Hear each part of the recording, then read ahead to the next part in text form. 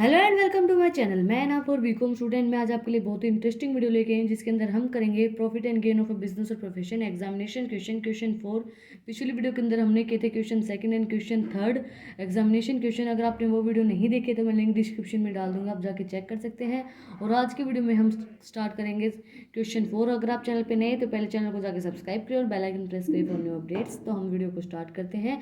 सबसे fourth question है, what do you mean by demerit profit. Demerit profit क्या होता है? के यूनिवर्सिटी के अंदर क्वेश्चन पूछा गया है। According to section 41 the following receipt and chargeable to the tax as demerit profit. जो रिसिप्ट चार्जेबल होते हैं उनको और टू टैक्स के लिए उसको बोलते हैं deemed profit. Under this head profit and gain of a business और profession. Profit and gain of a business और प्रोफेशन के अंदर रिकवरी ऑफ एनी डिडक्शन, कोई भी हमें डिडक्शन रिकवरी हुई है according to section 41 subsection 1 when the SSC has claimed a deduction in the earlier assessment year in respect of any losses expenditure on credit liability and later on during in previous year his recovered any amount in respect of such losses of expenditure, the amount of recovered also deemed profit। जो हमें recover, जैसे पिछले साल के अंदर हमें कोई claim बचा हुआ है एसएससी का, वो डिडक्ट हुआ है, वो असेसमेंट ईयर के अंदर हमें रिकवर हो गया है एक्सपेंडिचर, वो जो रिकवर हो गया है उसको बोलते हैं रिकवरी ऑफ एनी डिडक्शन। हमें कोई भी डिडक्शन रिकवर हो गई उसको इंक्लूड करेंगे हम डिमेरिट प्रॉफिट के अंदर। रिकवरी ऑफ डेप्रिसिएशन, हमें डेप्रिसिएशन रिकवर हो रहा है। एसएससी ने पिछले साल कोई डेप्रिसिएशन अपने खुद का ओवन एसएससी का कोई, जैसे कि according to section 41 sub section 2 where an asset is it is owned SSC की खुद की एसेट्स हैं वो डेप्रिशिएट हो गई हैं। Sub section 32 subsection 1 and which has been business purpose, वो बिजनेस पर्पज़ के लिए सोल्ड कर दी गई है। डिस्कार्ड और destroyed and the money receivable in respect of such assets together scrap value if any asset the WDV so much of the SSC up to the difference between the actual cost and the WDV shall be chargeable in the business income of the previous year in the which income receivable become due. जो income बच गई है due, जैसे कि क्या बताया इसने हमारी जो, जैसे आपने किसी भी पर्पज़ के लिए बिजनेस की एसेट्स सोल्ड करनी पड़ गई हैं, वो डैमेज हो गई हैं या डिस्ट्रॉय हो गई हैं, तो वो जो इनकम है वो उसको जो डिस्ट्रॉय हो गए वो मनी जो रिसीवेबल हमें हुई है उसको बोलते हैं scrap value.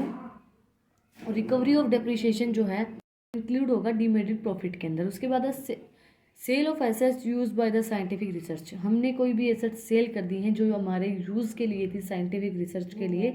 According to section 41 sub section 3 in assets which has been used in scientific research, जो एसेट्स यूज़ की जाती है साइंटिफिक रिसर्च के लिए, is sold without having been used for other purpose, the sale pursued plus total amount of deduction made by it exceed the the cost of capital asset, the SSC or the amount of deduction so made whether is less shall be chargeable to be the as a income of the business or profession the previous year in which took places sale took places। इसके अंदर क्या है कि जो हमारी कोई भी scientific research जो होती है उसके लिए जो एसेट्स हैं वो यूज़ की जाती हैं, वो आपने एसेट्स ऑफ जो यूज़ की हैं उसको आपने सोल्ड कर दिया, बेच दिया है, तो उसको बोलते हैं sale of assets use by scientific research. ये भी डिमेरिट प्रॉफिट के अंदर इंक्लूड होती हैं। इसके बाद रिकवरी ऑफ बैड डेट्स, आपको बैड डेट्स रिकवर हो गए हैं according to section 41 sub section 4 when the amount of bad debts which has been allowed as a deduction during earlier year is recovered substantially, the amount of is recovered shall be deemed to be the profit and gain of a profession and business।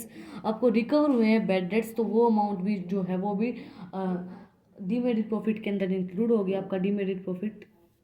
एक बात बताऊँ मैं आपको कि जो income tax है उसके अंदर आपको लाइन टू लाइन चीज़ें याद करनी पड़ेंगी। मैं आपको ज़्यादा एक्सप्लेन नहीं कर सकती इन चीज़ों को, आपको लाइन टू लाइन पॉइंट्स याद करने पड़ेंगे। आप कुछ भी नहीं लिख के आ सकते, जैसे आप थ्योरी में लिख देते हैं जो मतलब कुछ लाइनों को बना के आप लिख सकते हैं, बट इसके अंदर आप कुछ भी लाइनों को बना के नहीं लिख सकते, आपको लाइन टू लाइन सेक्शंस वगैरह सब कुछ लिखने पड़ेंगे। इसके बाद फिफ्थ पॉइंट है recovery after discussion of business और profession according to section 176(3) subsection 3A and 4 if any business or profession is discounted in any year on account of any retirement or death of a partners, any sum in the respect of deduction allowed in the earlier year is recovered after the discontinuance. Such sum shall be deemed to be an income of the recipient and chargeable in the according in the year of receipt. इसके बाद है withdrawal of special reserve. आपने जो special reserve है उनको withdraw कर लिया है तो according to section 41 subsection 4a, if the deduction has been allowed in respect of any special reserve created and maintained by the financial corporation, section 36 subsection 1, any amount of substantial withdrawn from the special reserve, आपने कोई भी amount special reserve से withdraw कर ली है वो deemed profit and gain of a business और profession के अंदर इंक्लूड होगा। Previous in which such amount is withdrawal, जो आपने अमाउंट विड्रॉ की है वो इसके अंदर इंक्लूड होगी। इसके बाद है in short it can be said that the above mentioned recoveries shall be deemed as a profit. जो अब हमने जो भी रिकवरीज मेंटेन की हैं, recovery of depreciation, sales of used assets used for the scientific research, recovery of bad debts, recovery of discontinuance of business और profession, withdrawal from the special reserve, ये सब चीज़ें जो हैं वो डीमेरिट इनकम के डीमेरिट प्रॉफिट के अंदर इंक्लूड होंगी। बिजनेस और प्रोफेशन के अंदर SSC will be liable to pay tax on this income. जो एसएससी है वो लाइबल होगा इस इनकम के ऊपर टैक्स उसको पे करना पड़ेगा। इसके बाद फिफ्थ क्वेश्चन है explain the provision of act with regard of expenditure on scientific research. जो भी प्रोविजंस बनाए गए हैं regarding of expenditure of scientific research वो हमें बताने हैं। इसके बाद short note on expenses of scientific research, हमें छोटा नोट लिखना है साइंटिफिक रिसर्च के ऊपर। के यूनिवर्सिटी के अंदर क्वेश्चन पूछा गया है ये।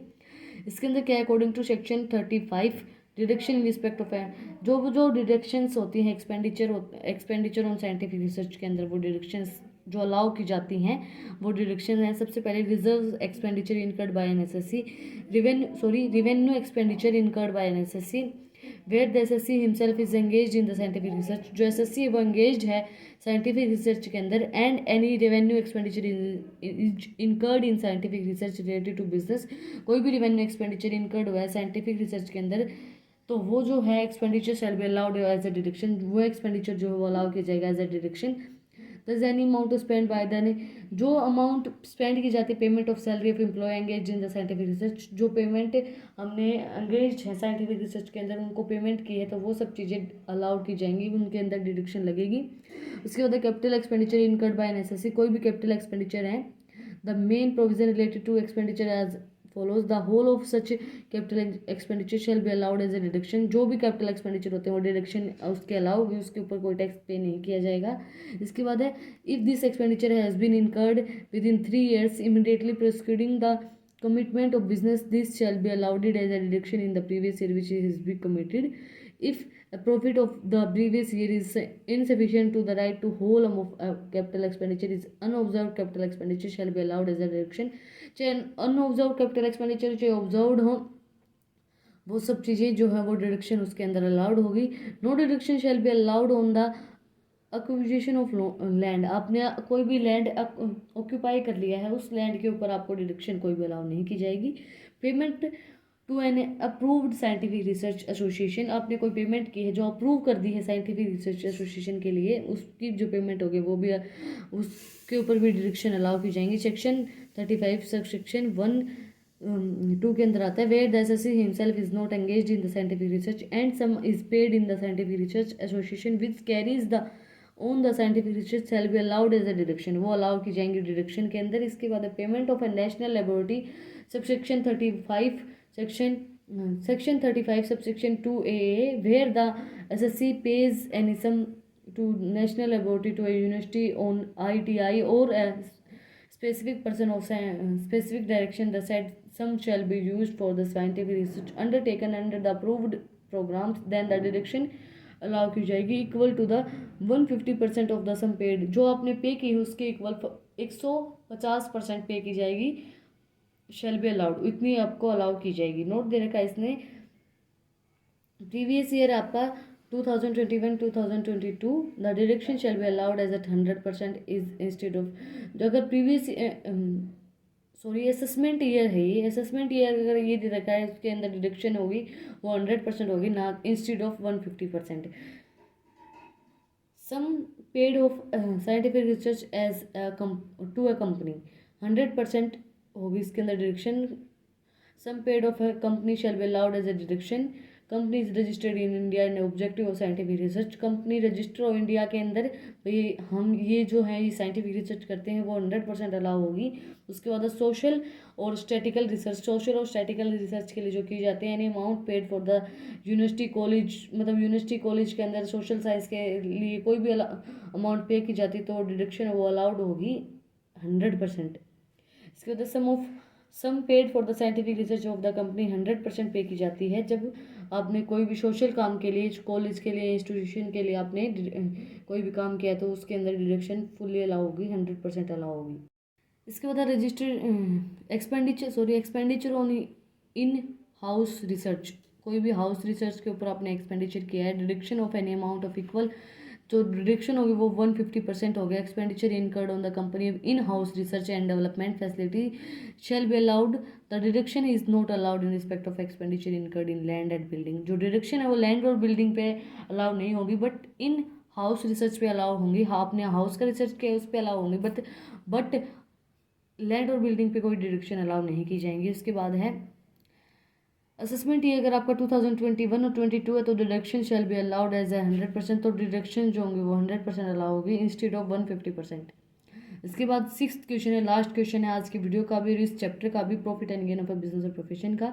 इसके बाद हम अगली वीडियो के अंदर करेंगे इसके शॉर्ट क्वेश्चन है इसी चैप्टर के जो है एग्जाम के अंदर पूछे जाते हैं. enumerate the provision of the act in relation of maintenance of book of accounts. आपको मेंटेन करने हैं. Every person carrying on the same on the specified सबका स्पेसिफाइड प्रोफेशन होता है या फिर नॉन स्पेसिफाइड प्रोफेशन होता है. स्पेसिफाइड प्रोफेशन क्या क्या चीज़ें इंक्लूड करता है मैं आपको बताऊंगी. जैसे आप कि कोई लीगल चीज़ या फिर नॉन लीगल, जैसे आप ये बोल सकते हैं प्राइवेट या नॉन प्राइवेट. स्पेसिफाइड चीज़ के अंदर क्या क्या चीज़ें आपको इंक्लूड होंगी वो मैं आपको बताऊंगी. इसके अंदर और क्या चीज़ें दे रखी है. In monetary to keep maintain such books of accounts and documents as any enable of assessing officers to compute his total income in accordance with the provision of income tax 1961. The CBDT may prescribe the book of accounting and the documents including investment where necessary to keep it and maintain. Specified provision के अंदर क्या क्या चीज़ें include होंगी. Legal, medically, engineering, arithmetical provision, accounting provision, technical counsellings, interior decorations, film artist, information technology. ये सब चीज़ें इसके अंदर स्पेसिफाइड प्रोविज़न के अंदर इंक्लूड होंगी. ये मतलब आपको बताया गया है कि ये प्रोविज़न स्पेसिफाइड है. ये सब लोग प्रोफेशन के अंदर आते हैं, प्रोफेशनल बंदे हैं. मतलब आप जैसे कोई प्रोफेशनल डॉक्टर भी इसके अंदर, मेडिकल के अंदर डॉक्टर आ जाएगा. लीगली आप कोई काम कर रहे हैं, लॉ का काम हो गया, इंजीनियर हैं, कोई प्रोफेशनल आर्किटेक्ट हैं या फिर टेक्निकल कोई भी काउंसलर हैं, इंटीरियर डेकोरेशन आप करते हो, फिल्म आर्टिस्ट हैं, तो वो प्रोफेशन के अंदर आता है आपका. नॉन प्रोफेशन के अंदर क्या आएगा, जो लीगल, जो आपके जिसके आपके डॉक्यूमेंट्स नहीं मेंटेन किए जाते, नॉन स्पेसिफाइड प्रोफेशन. इसके बाद specific rules of account of document to maintain. क्या क्या जो आपको रूल्स बताए गए हैं कि क्या क्या आपको डॉक्यूमेंट मेंटेन करते हैं. तब आप a person carrying on specified notified profession shall be required to maintain specified book of accounting documents if it is gross receipt in any of the 3 year immediately preceding the previous year of.